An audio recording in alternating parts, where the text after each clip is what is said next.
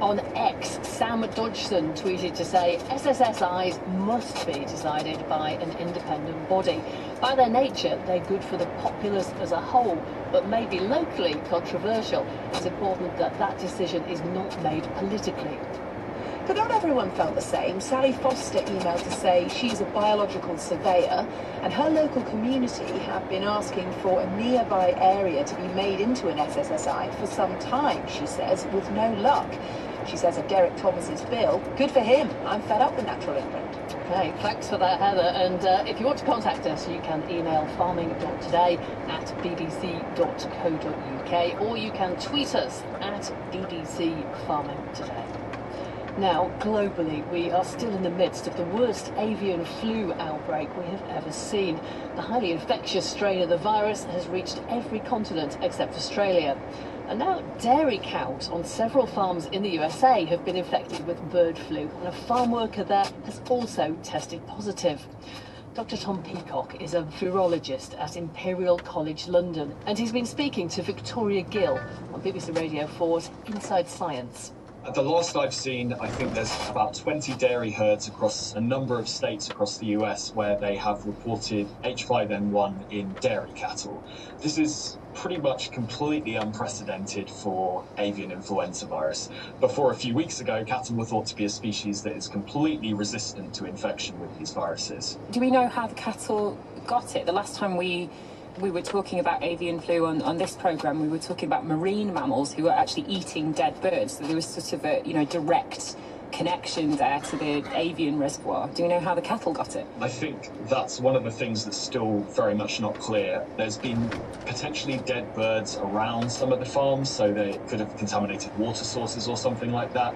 As well as that, some people have been digging in and found that there is a practice in the US of feeding guano from chickens and things to cattle, which obviously shadows of BSE. As well as this, they thought there might have been a role in milk, so either contaminated milking machinery or aerosols produced during milking that could have been spreading the virus. And the cattle don't appear to be particularly sick, overtly anyway, other than some, kind of swollen udders and a drop in milk production. And there was a human case farm workers. What happened there? So again, that's unusual as well in that it was, rather than a respiratory infection like most of the infections that have been found of H5N1 over the last couple of years, it was conjunctivitis. So the virus was found at very high levels in the person's eye. This isn't unprecedented for avian influenza viruses. It's thought that the receptor the virus uses in birds is found at quite high levels in the eye, whereas it's not found at very high levels in the nose. So that's not completely unprecedented, but it is a little unusual in this current outbreak. How concerned should we be that similar outbreaks could happen elsewhere? I mean, yeah, that's the big question, really. Some of these mechanisms that could have got the virus into the cattle are shared completely between the US and the UK, so it could easily have happened somewhere in Europe as well.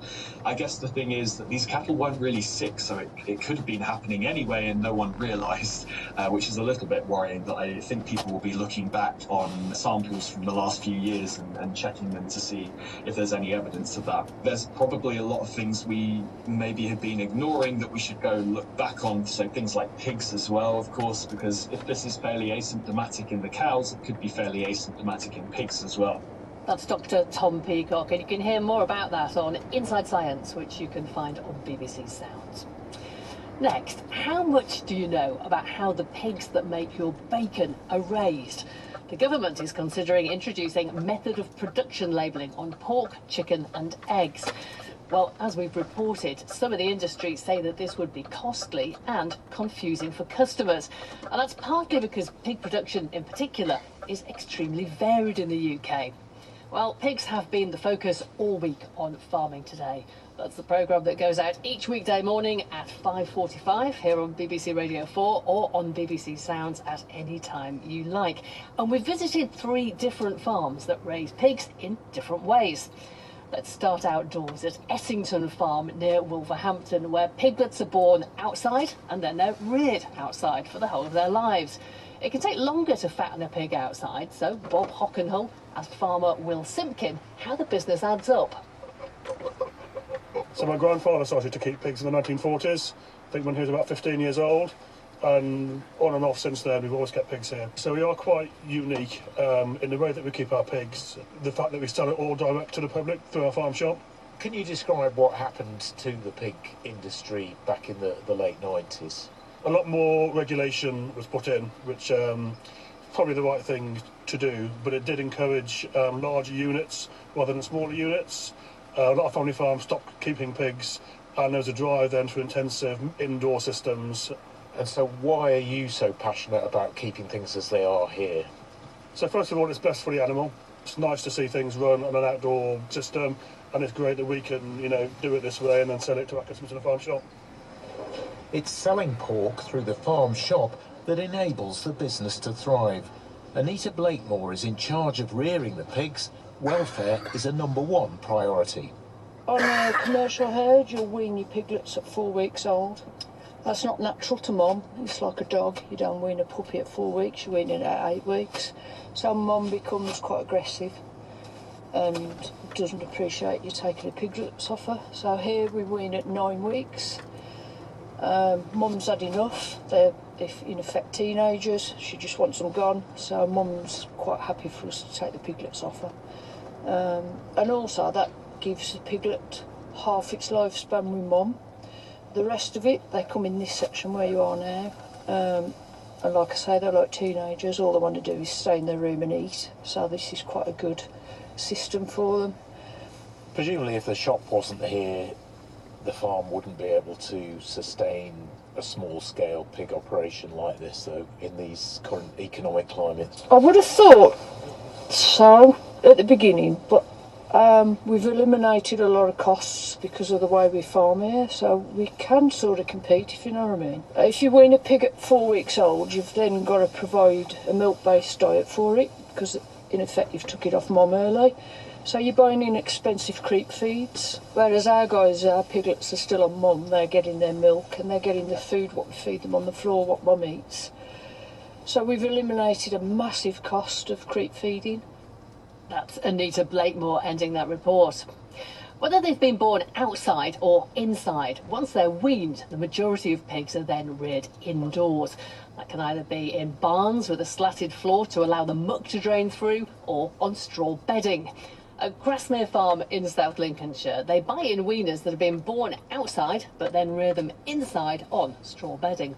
Bob Walker has been to meet farmer Stuart Stables.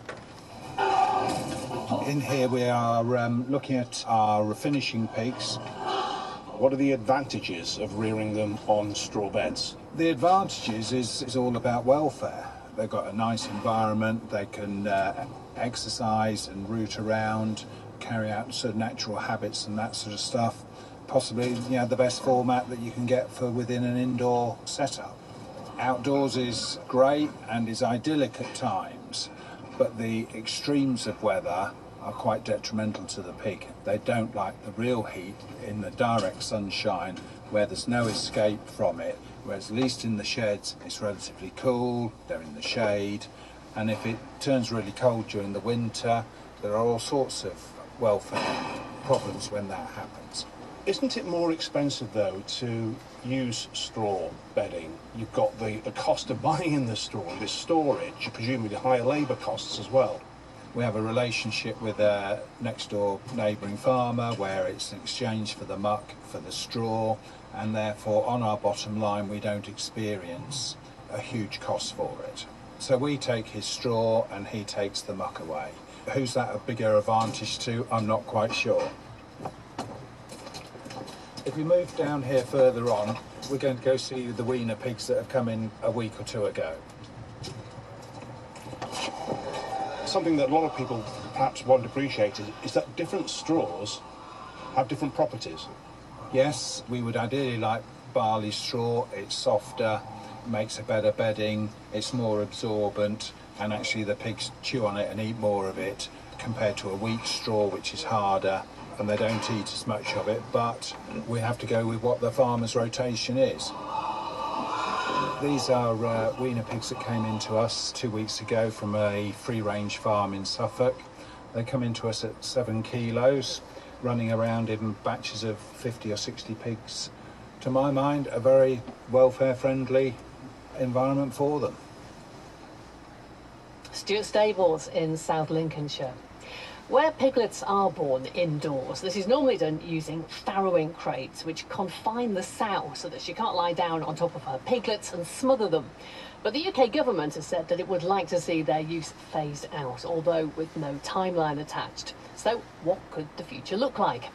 Bishop Burton College in East Yorkshire has a state-of-the-art pig farm, and it's teaching its students about new technology both in farrowing and feeding.